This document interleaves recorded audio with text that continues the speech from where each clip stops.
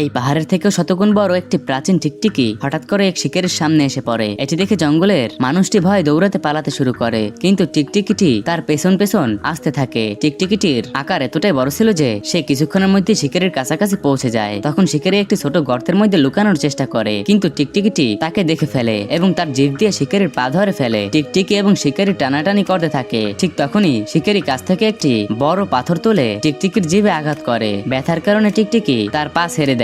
তারপর শিকারি দ্রুত পাহাড়ে উঠতে শুরু করে। টিকটিকি ভীষণ রেগে গিয়েছিল। ঘর ভিতর দিয়ে ধীরে ধীরে হাঁটতে হাঁটতে শিকারি বাইরে এসে পড়ে, কিন্তু ক্ষুধার কারণে সে জ্ঞান হারিয়ে ফেলে। তখন সমুদ্রের ধারে দৌড়াতে থাকা কয়েকজন মেয়ের চোখ পড়ে শিকারির উপর। তারা জীবনে প্রথম একজন পুরুষ মানুষ দেখেছিল, তাই একটু ভীত ছিল।